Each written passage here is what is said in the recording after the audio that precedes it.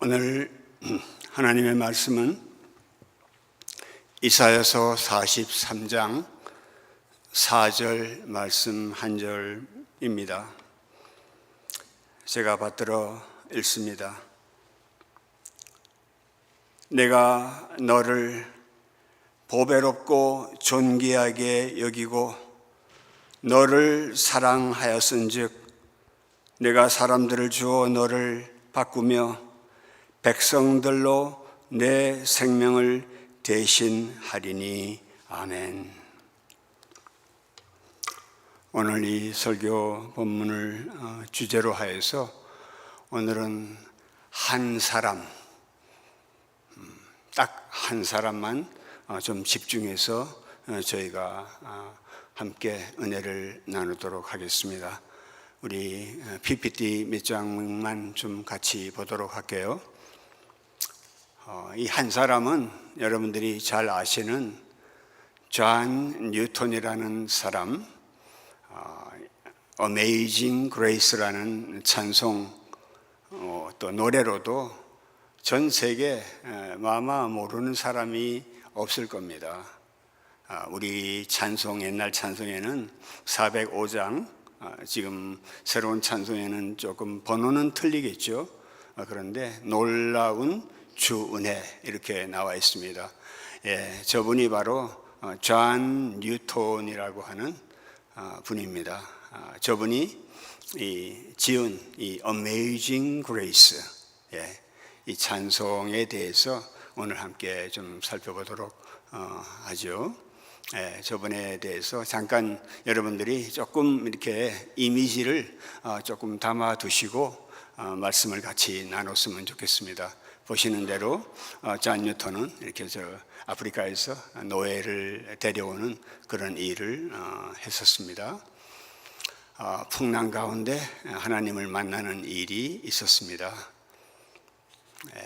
그가 마지막에 이제 하나님 앞에 불려가기 전에 점점 이제 기억이 없어지는데 내가 딱 두 가지는 잊어버릴 수가 없다는 거예요. 다른 기억은 다 없어지는데 하나는 내가 큰 죄인이라는 사실과 바로 하나님은 큰 구세주라는 사실, 이 두 가지는 내가 잊을 수가 없다, 그런 말을 했었습니다. 자, 이 존 뉴턴에 대해서 저희가 좀 살펴보기에 앞서서 본문을 좀 우리가 어떻게 이것이 연결되는지를 좀 보도록 하겠습니다. 이사야서 43장에서는 이사야서 전체가 66장으로 된 정말 성경 전체가 66권이 아닙니까? 거대한 정말 책입니다. 이 이사야서, 특별히 43장은 나 여호와 한 분만이 구원자다. 43장 11절에 그렇게 나와 있습니다. 저와 여러분들이 모르는 사람은 없죠. 여호와 한 분, 하나님이 바로 우리의 구원자가 되신다 그러시면서 11절에 말씀하기에 앞서서 이제 하나님께서 이사야를 통해서 야곱아, 이렇게 야곱을 43장 1절에 야곱을 부르시잖아요. 야곱아, 너를 창조하신 여호와가 이제 말씀하신다 그러시면서 야곱이라는 한 자연인의 이름을 하나님께서는 이제 이스라엘로 바꿔주시잖아요. 야곱아, 너를 창조한 내가 이제 말씀하신다라고 말씀하시면서 그 다음에 이스라엘아, 너를 조성하신 자가 이제 말씀하신다. 너는 두려워 말라. 내가 너를 구속하였고 너는 내 것이라. 그리고 내가 너를 지명하여 불렀다라고 그렇게 말씀하시면서 물을 지날지라도 물이 너를 침몰하지 못할 것이고 불을 지날 때에도 불을 행할 때에도 불이 너를 사르지 못할 것이라고 앞에서 말씀하시면서 저와 여러분들이 읽은 이제 4절 말씀이 나오죠. 4절 말씀을 가만히 보시면은 내가 너를 야곱아 이스라엘아 하면서 1대1로 그렇게 너무나 하나님의 따스함, 어떻게 거역할 수 없는, 저항할 수 없는, 반발할 수 없는 그런 하나님의 부르심이 다가오시는 거죠.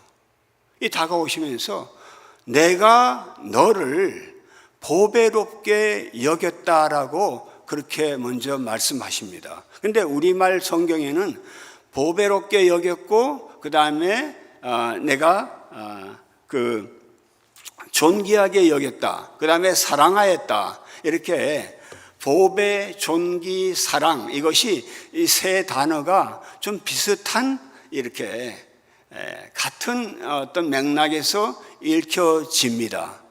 그러나 분명히 같은 순서는 아닙니다. 즉 어떤 뜻인가 하면은 내가 너를 보배롭게 여겼기 때문에, 그러니까 보배롭게 여겼다는 것이 내 눈에 You were precious in my sight.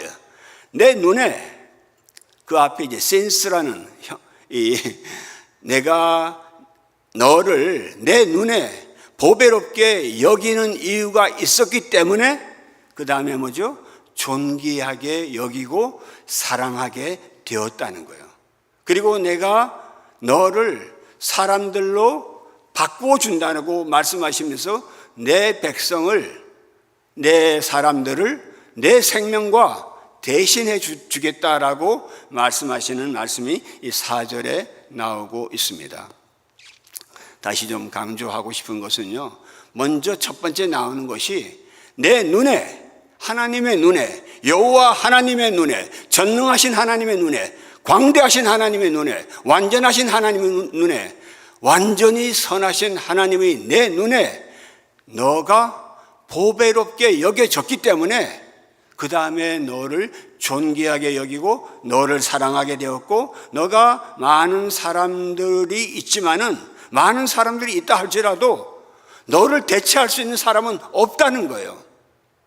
그리고 많은 사람들이 너 생명을 구하기 위해서 그 사람들을 내가 어떻게 해버렸다는 거예요. 이 말씀이 오늘 주인공인 이 존 뉴턴의 평생에 자기가 흔들릴 때마다 자신이 그 하나님 앞에 82세로 불려갈 때까지 계속 붙들었던 말씀이 바로 이사야서 43장 4절의 말씀입니다. 보배롭다는 것이 출발점입니다. 저에게 개인적인 얘기를 조금 할게요. 저에게 손자가 있습니다. 근데 제일 큰 아이가 손녀인데요, 이제 11살밖에 안 된 아이예요.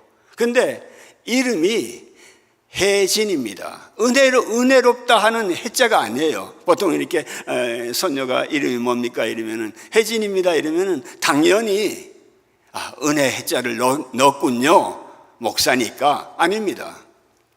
제가 지었거든요, 제 손녀를. 첫 번째 아이예요. 근데 바다의 보배라는 뜻이에요. 왜 그렇게 제가 지었죠? 제 시골에 부모님께서 그냥 정말 보따리 장사, 허름한 그런 일제시대 때부터 그냥 오징어, 멸치, 김, 미역 이런 거 팔러 다니던 행상이셨어요. 그러다가 시골에 가게 조그마한 걸 마련하셔서 평생 가게 이름을 하나 지어놓고 평생 돌아가실 때까지 1년 12달 일하셨던 가게 이름이 혜진입니다. 혜진상회였어요. 바다에 보물을 건져 올려서 마른 거 파는 거예요. 저는 잊을 수가 없어서 제 첫 번째 아이한테 혜진, 바다의 보물이라고 하는 가게 이름이에요. 큰 뜻도 아니에요. 그런데 제가 이 말씀을 왜 드리는가 하니까 제 손녀가 11살밖에 안 됐지만 저에게는 굉장히 보배롭게 생각이 돼요. 그러나 아무리 제가 제 손녀에 대해서 보배롭게 생각돼도 그 아이를 제가 존귀하게 만들 수 있는 능력 1도 없습니다. 이쁘다, 귀엽다, 그렇게는 할 수 있어요. 그렇지만은 제 손녀 아이가 아무리 보배로워도 존귀한 사람, 그건 차원이 다릅니다. Honor, you are honored. 존귀한 사람을 만들 수가 없습니다. 그 다음에 내가 너를 사랑한다, I love you 할 수는 있어요. 그러나 그 사랑은요, 제한적입니다. 저의 사랑도 1년에 한 번, 두 번 겨우 만날 수 있을 뿐이에요. 데리고 사는 것도 아니에요. 어쩌다가 한번 만나서 뭐 여기서 태어난 아이니까 어쩌다가 말도 잘 안 통해요. 사랑도 굉장히 제한적이고 한계가 있습니다.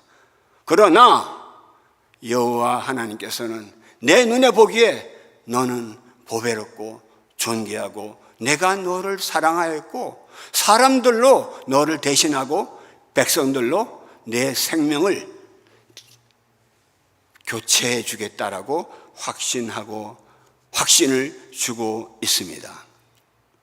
이 말씀이 바로 이제 우리가 살펴보려고 하는 잔 뉴턴에게 결정적으로 이제 임한 말씀인데요. 여러분들이 잔 뉴턴에 대해서 어느 정도는 다 아실 겁니다. 찬송가 너무나 유명한 찬송 어메이징 그레이스. 미국에 장례식이 있으면은 어메이징 그레이스잖아요. 미국에 또 조금 이제 은혜로운 시간, 좀 가족 간에 뭔가 이런 간증하는 시간 있으면은 그저 부르는 찬송이 어메이징 그레이스입니다. 근데 잔 뉴턴은 6살에 영국 사람이죠. 엄마가 돌아가셨어요. 엄마는 경건한 사람이었습니다. 그러나 아버지는 방탕한 사람이었습니다. 막 나가는 사람이었습니다. 아버지는 배를 타는 사람이었어요. 근데 엄마, 그 사랑스러운 어머니, 경건한 어머니가 6살에 돌아가셨어요. 그리고 나서부터 이제 11살 때까지는 아버지가 이제 배를 타는 사람이니까 또 이 사람 저 사람 여성들도 많이 또 만나고 아버지는 막 나가는 사람이었어요. 그러니까 이 잔 뉴턴은 이랬어요. 18살까지 그가 지중해를 5번 아버지 따라서 왔다 갔다 했는데 이렇게 얘기하고 있습니다. 아버지와 함께 지내는 것이 두려웠다. 나는 바짝 눌린 채 늘 기가 죽어 있었다. 11살 때부터 그 전에 이제 아버지가 강제로 어디 소학교 같은 데 집어넣었어요. 배우나 마나 하는 거예요. 초등학교도 제대로 못 나왔습니다. 그러면서 이제 계속해서 할 수 없어서 그 무서운 아버지의 바짝 기가 눌려서 그냥 바다에 따라다니는 거예요. 18살까지 그냥 바다에서 그냥 일꾼했습니다. 뱃사람이었어요. 저와 여러분들에게도 자녀들이 있을 겁니다. 티네이저가 눌려 있을 때 튀어나가는 용수철 같이 튀어나가는 게 강할 수 있잖아요. 더구나 이제 그 부모의 강압적인 그런 어떤 횡포에 이 아이는 배를 타니까 넓은 세계 바다 위에서 자기가 양심에 1도 없이 하나님을 욕하기 시작했어요. 어머니한테 들은 하나님은 있지만은 자기 자신의 그 삶은 거친 파도하고 조금도 다를 바가 없었기 때문에 그는 이렇게 얘기합니다. 나는 무슨 짓이든 할 수 있었다. 하나님에 대한 최소한의 두려움도 없었다. 양심의 절제력은 생각할 수도 없었다. 로마서 5장 20절에도 죄가 더한 곳에 은혜가 있었고, 그리고 21절에는 죄가 왕노릇한다고 그렇게 말씀하는데, 바로 죄가 더한 곳에 은혜가 있다는 것을 나중에 알았지. 그는 자기 마음대로 정말 그 배에서 가장 욕을 잘하는 사람, 가장 하나님을 모독하는 그런 사람으로 그는 알려졌습니다. 그는 어린 아이죠. 그래서 자살衝動도 느껴서 바다에 떨어지려고 했는데 떨어지지도 못했고, 권총으로 쏘는데 권총이 또 오발사고가 나고 말이죠. 그의 인생은 그냥 정말 20살 정도까지는요, 거칠기가 이루 말할 수가 없었습니다. 그러다가 이제 영국 해군에 들어갔어요. 아버지도 이제 버렸어요. 그러니까 영국 해군에 로열 네이비라고 하잖아요. 영국 해군에 또 들어가가지고 거기서 또 상관한테 또 덤벼들었어요. 영국 해군 아시잖아요. 대영 제국의 해군입니다. 엉터리 아닙니다. 상관한테 덤벼들다가 상관한테 구타를 당하고 말이죠. 그 다음에 강등되고 그 다음에 또 탈영했어요. 그리고 두들겨 맞고 그러던 이 잔 뉴턴이었습니다. 그러다가 이제 20살 때 또 배를 타고 아프리카 시에라리온이라고 아실 겁니다. 시에라리온에 갔다가 거기에 노예선을, 아프리카 노예들을 끌고 오는 사람의 현지처, 우리말로 옛날 좀 안 좋은 말인데 첩이라는 단어 있잖아요. 정식 와이프 말고 아프리카 현지처에 노예가 된 거예요. 이 영국 사람, 이 20살 된 영국 청년이 아프리카 그 현지처에 흑인 노예가 되어서 거기서 1년 반 동안 지옥 같은 생활을 이 잔 뉴턴은 경험합니다. 잔 뉴턴 인생의 제일 밑바닥이 시에라리온 기니 해안가, 거기서 1년 반 동안 그 흑인 여성한테 받았던 그 학대, 모욕, 예를 들어서 이런 겁니다. 밥을 안 줍니다. 묶어놓고 밥을 안 줘요. 이 백인 이 아이를, 20살 된 밥을 안 주니까 너무 배가 고파서 그럼 어떻게 밥을 한술 얻어 먹으려고 할 경우에는 이 흑인 여성이 내 앞에서 장애인 흉내를 내라, 원숭이 흉내를 내라, 인간 이하의 그런 모독을 다 이렇게 쇼를 하라는 거예요. 원숭이 쇼를 하라. 그러면 한 덩이 이렇게 뭐 바나나 뭐 몇 개 던져주고 이랬어요. 그러다가 또 뜨거운 태양 아래 바닷가에 조그만 배에다가 이렇게 또 묶어놨어요. 거기서 뭐 며칠씩 그냥 그 내리쬐는 태양 아래서 언제 죽을지 모르는 그런 생활을 1년 반이나 했습니다. 그러나 하나님의 눈에 아까 내가 너를 어떻게 보배롭게 여겼다는 하나님의 눈길은 떨어지지 않았습니다. 저와 여러분도 지옥 같은 생활이 분명히 어느 기간은 있었을 것입니다.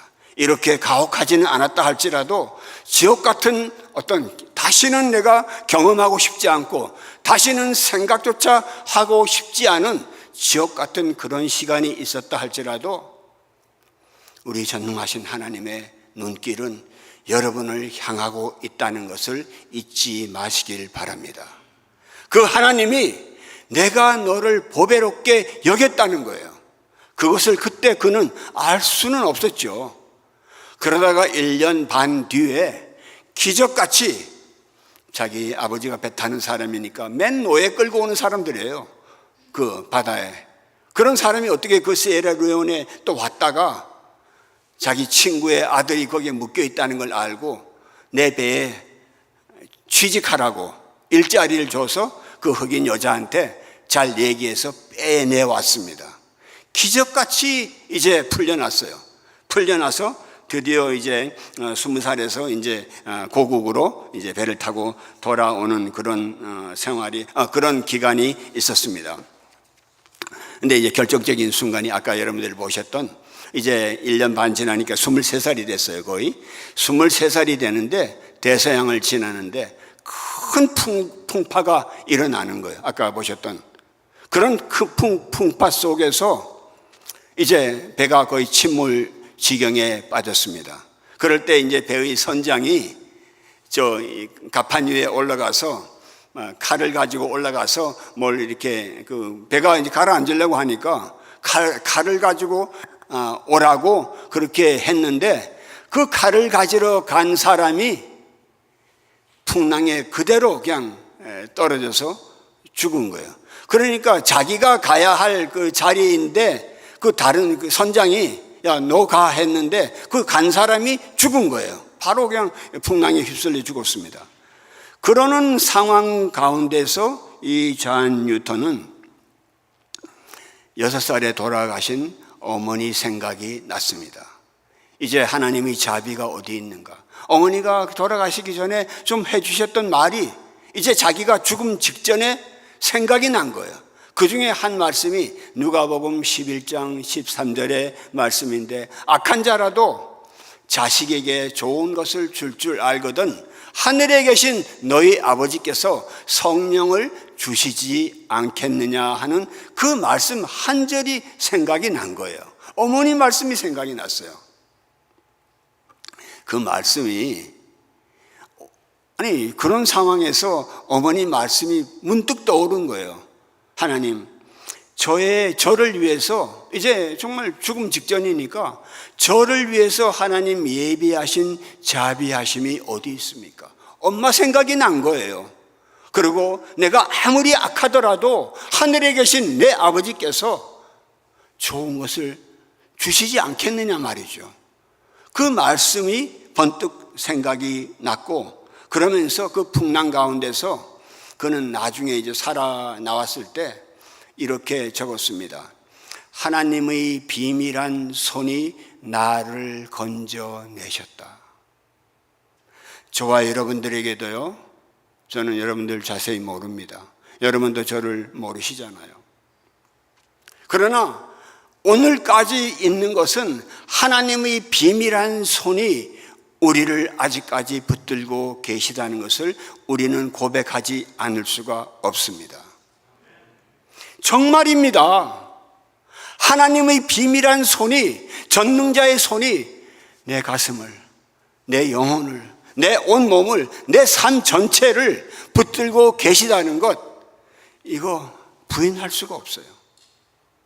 잔 뉴턴은 그 풍랑 가운데 전능자의 비밀한 손이 나를 그 순간에 붙드셨다는 거예요. 그러면서 그는 또 이렇게 적고, 나중에 살아서 그렇게 적었습니다. 둥지에서 슬피 울던 어린 까마귀의 울음소리를 하나님은 들으셨다.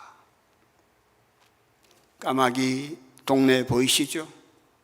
까마귀. 한국에서는 까마귀가 재수가 있다 없다 그런 얘기 하지만, 얼마나 그 까마귀, 그 어린 까마귀가 둥지에서 살겠다고 슬피 우는 그런 어린 까마귀의 울음소리를 하나님은 들으셨다고 나중에 기록하고 있습니다.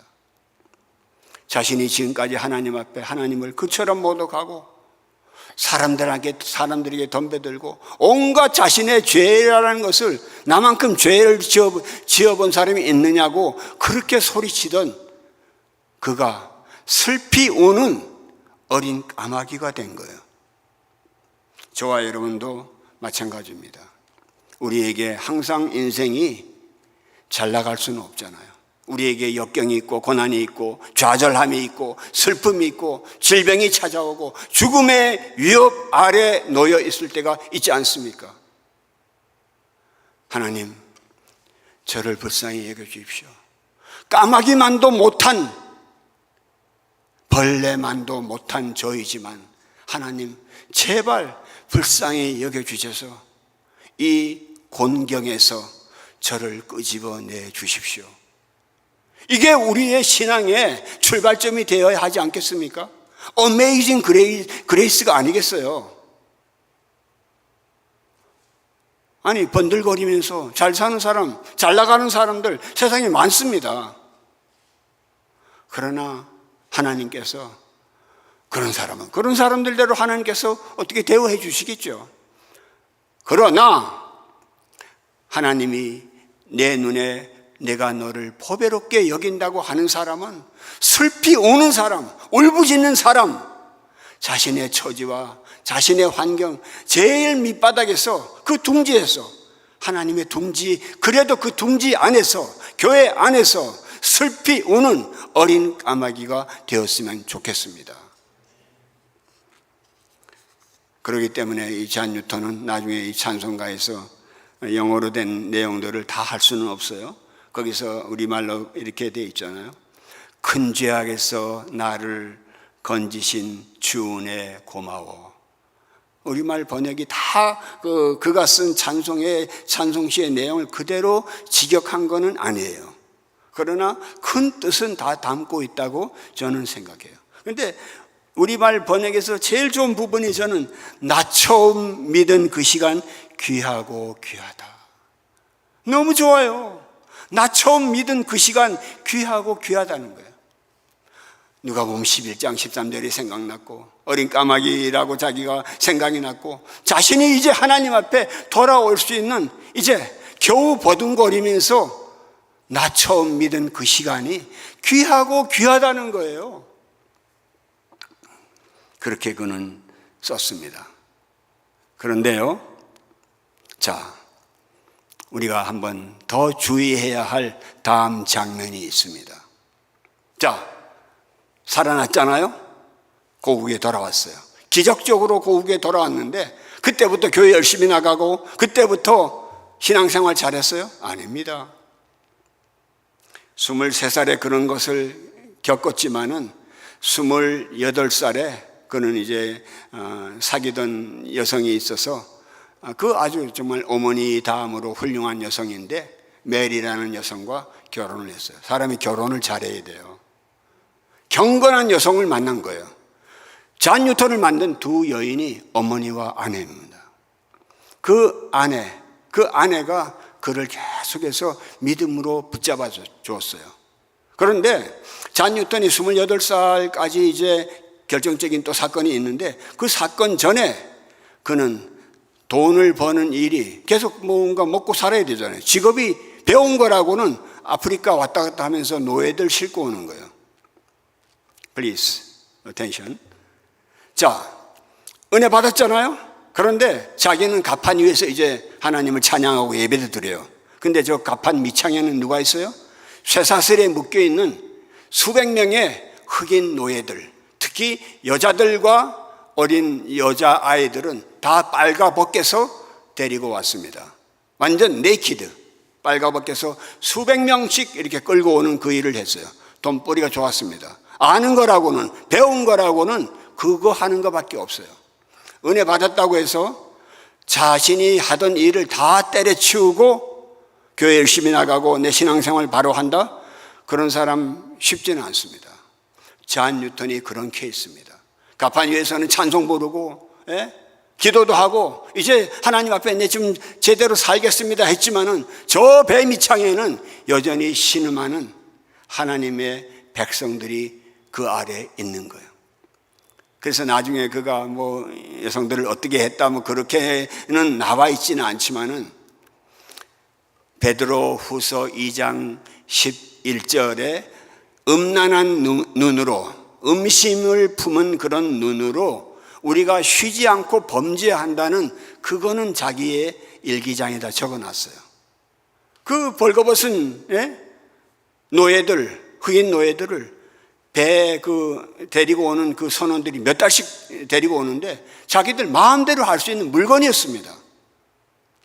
자기가 그토록 하나님의 은혜를 체험했어도 여전히 죄는 우리 안에서 제대로 작동하고 있다는 겁니다. 저와 여러분도 마찬가지예요. 여전히 우리가 하나님 앞에 예배도 드리고 우리가 하나님 앞에 바로 살으려고 애쓰죠. 그러나 우리의 죄의 하부 기관은 여전히 맹렬하게 작동하고 있다는 것을 잔 뉴턴을 통해서 알 수가 있습니다. 동의가 안 되시는가 봐요. 괜찮습니다. 동의 안 되는 게 그 사람은 거의 성자의 반열에 간 거예요. 은혜 받았다고 해서 경건치 못한 생활이 딸린 일을 그만두는 것은 절대 쉽지 않다는 것을 잔 뉴턴을 통해서 알 수 있습니다. 그러나 하나님께서 28살에 이제 또 한 번 치시는 거예요. 아내 앞에서 급성 간질, 저는 간질을 잘 압니다. 그냥 아는 게 아니라 정말 잘 알아요. 그 설명 안 할게요. 근데 그 간질 때문에 죽을 수 있어요. 바로 그 자리에서. 잔 뉴턴이 아내 앞에서 다시 쓰러졌어요. 완전히 그냥 뭐 거품 물고 이 정도 아니에요.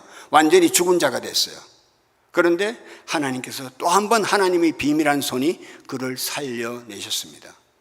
자, 이 정도 되면 이제 하나님 앞에 돌아가야 되잖아요. No, 쉽지 않습니다. 여전히 죄는 강합니다. 그러나 더 강한 것은 하나님의 비밀한 손이고 내가 너를 보배롭게 여긴다는 하나님의 눈길입니다. 비교할 수 없는 강함이 그를 붙들고 계셨는데 여전히 죄와 또 자신의 한계는 계속해서 땅바닥에 뒹굴면서 몸부림치고 있었습니다. 그러다가 이제 한 20년 정도, 20년입니다. 그 뒤에 그렇게 쓰러지고 나서 20년 뒤에야 이제 하나님의 종이 됩니다. 제가 지금 말씀드리는 것은 반드시 하나님의 종이 되라는 그건 아니에요. 모든 사람이 목사가 되어야 된다는 건 아닙니다. 그러나 그는 20년 동안 그 다음에 계속해서 아내와 함께 성경 공부를 인도했습니다. 그가 어디 학교 다녔다는 건 저건 아무리 찾아봐도 없어요. 어디 옥스퍼드 대학 다녔다 없습니다.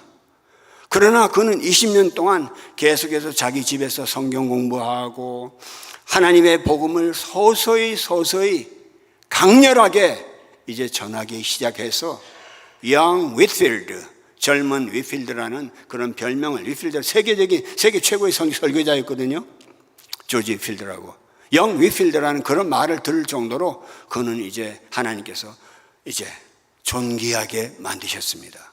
보배로운 사람에서 존귀한 사람으로 하나님의 사랑을 받는 사람이란 것을 런던의 사람들이 이제 어느 정도는 잔 뉴턴이 저렇게 변했구나 하는 것을 런던, 세계 제1위 도시였습니다.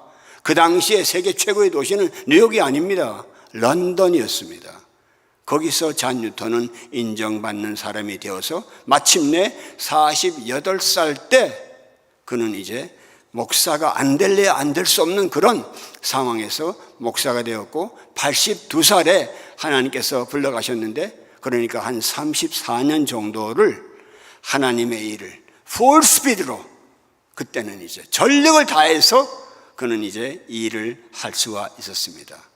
잔 뉴턴은 이렇게 고백합니다. 주님의 때는 바닷물이 들어가고 나가는 거 있잖아요. 조수라고 하죠. 타이드.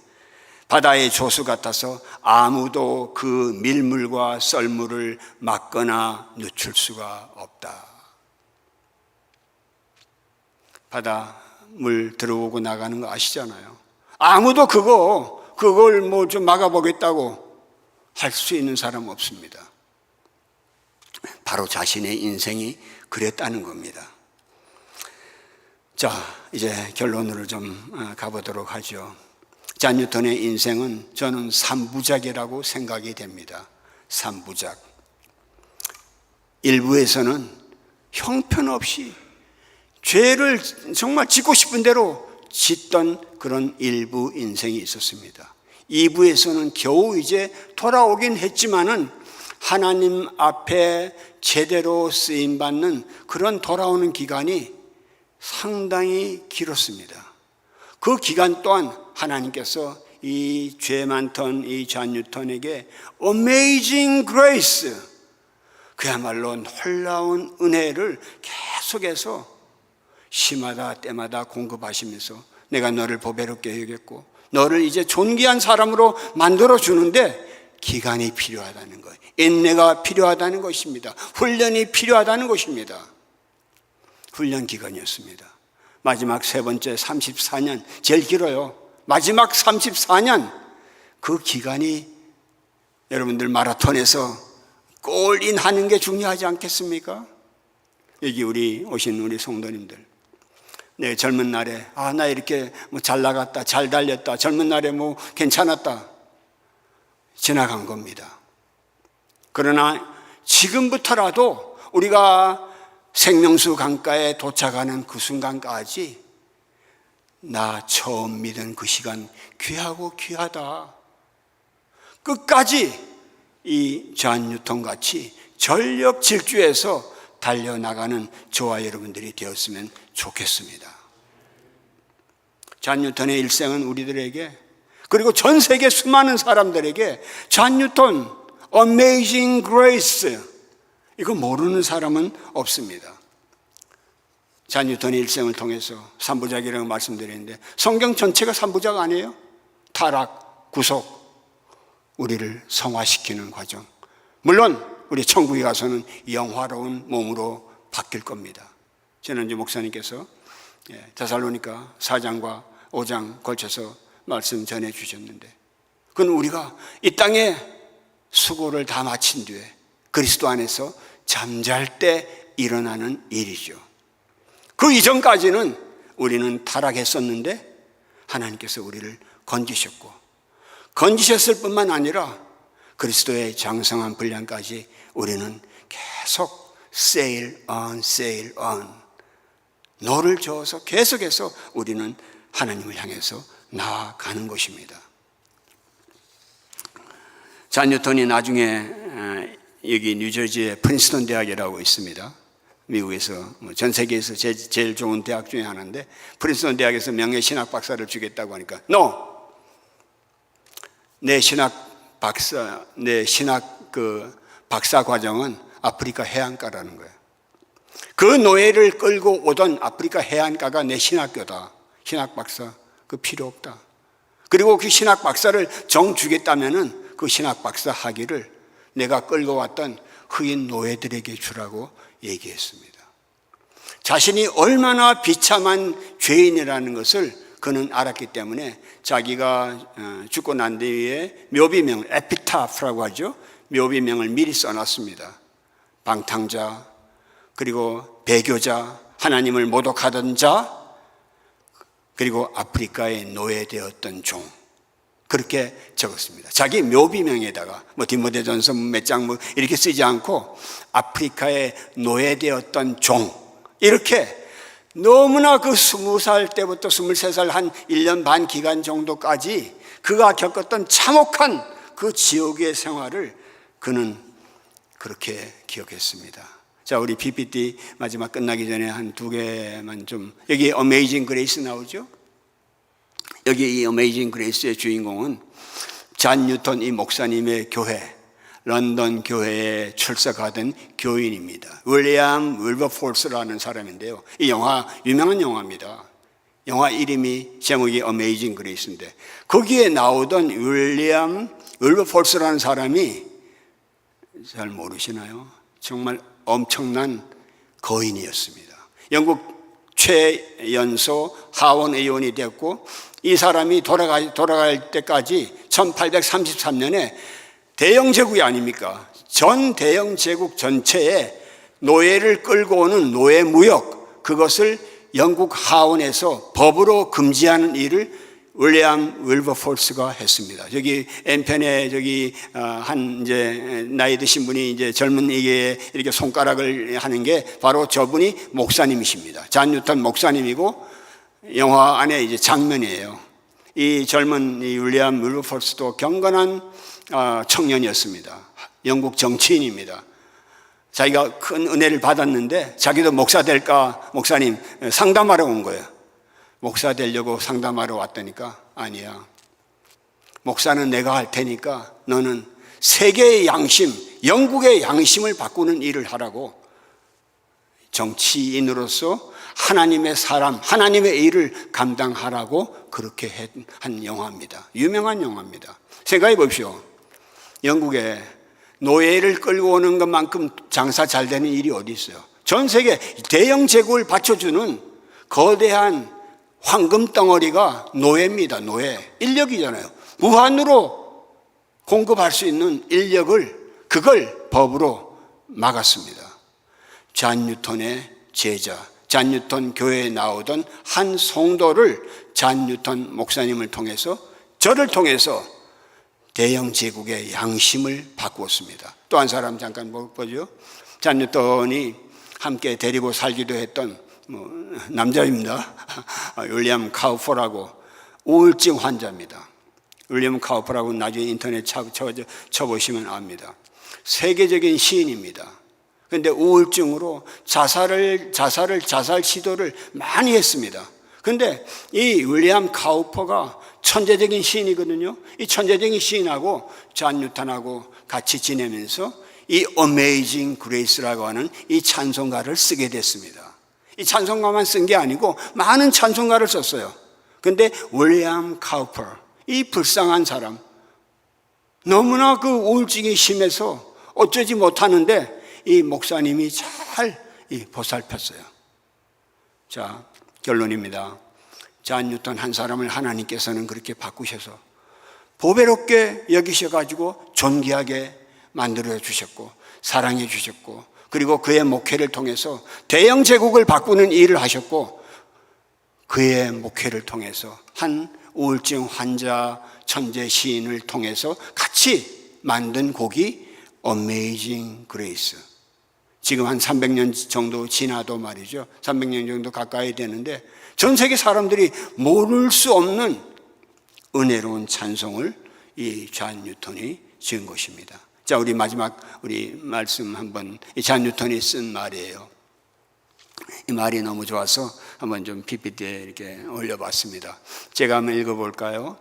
본질상 하나님을 알기에는 나는 눈이 멀어 있었고 그를 신뢰하기에는 너무도 교만했으며 그를 섬기기에는 너무도 고집이 셌고 그를 사랑하기에는 마음이 너무도 비열했다. 내가 그분께 품은 사랑이란 단지 희미하고 꺼지기 쉬운 불씨에 불과했다. 하지만 그분은 여기에 불을 붙이셨고 계속 타오르게 하셨다. 저와 여러분들에게 이제 과제가 있잖아요. What shall I do? 주님, 저는 어떻게 살아야 될까요? 잔 뉴턴은 우리가 잔 뉴턴 같이 살 수는 없겠죠. 우리가 잔 뉴턴 같이 여기 계신 분들은 다 모범생들 같으세요. 학교 때 공부 잘하셨고 바르게 성실하게 사실 거예요. 일부러 죄를 지을 필요는 없죠. 그러나 하나님의 은혜는 거역할 수 없습니다.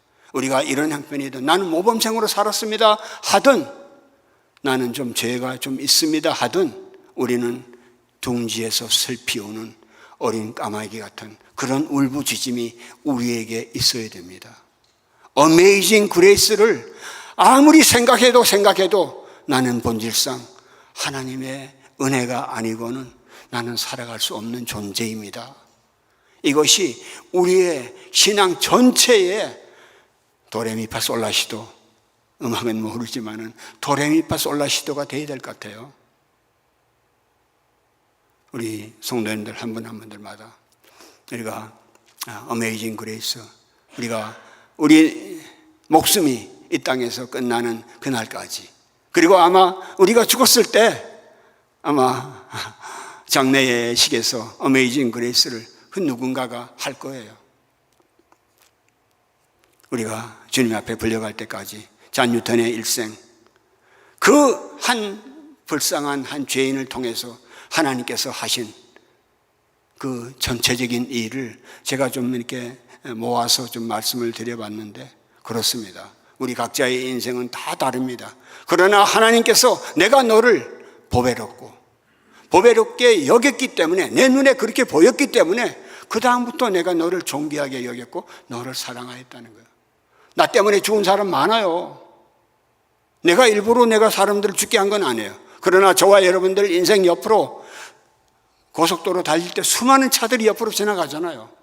우리 옆으로 지금까지 얼마나 많은 사람들이 파멸의 길, 지옥의 길로 달려갔는지 우리는 알 수 없습니다.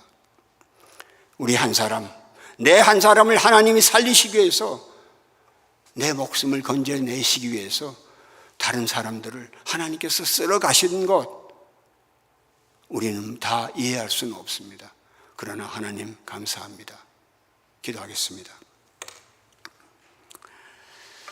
주님, 주님의 비밀한 손길, 주님의 눈길, 저희는 도저히 알 수가 없습니다. 그러나 분명한 것은 주님의 그 비밀한 손이 우리 각 사람을 여기까지 붙들어 주셨고, 주님의 그 눈 안에 제가 보배롭게 여겨졌다는 것 너무나 감사를 드립니다. 아버지 하나님, 존귀한 사람이 되는 것, 사랑받는 사람 되는 것, 그것까지는 감히 바라지는 않겠습니다.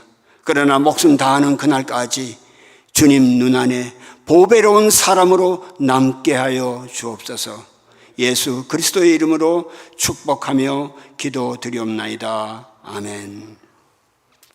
이제는 우리 구주 예수 그리스도의 청량할 수 없는 은혜와 하늘 아버지의 다함 없는 사랑과 성령 하나님의 인도하심과 역사하심과 감동하심과 또 축복하심이 오늘 예배를 마치고 집으로 돌아가며 앞으로의 남은 삶을 살아가며 하나님의 은혜를 잊어버리지 않기로 각오하고 다짐하며 결단하는 하나님의 모든 성도들 위해 지금부터 영원 무궁토록 함께 계실지어다. 아멘.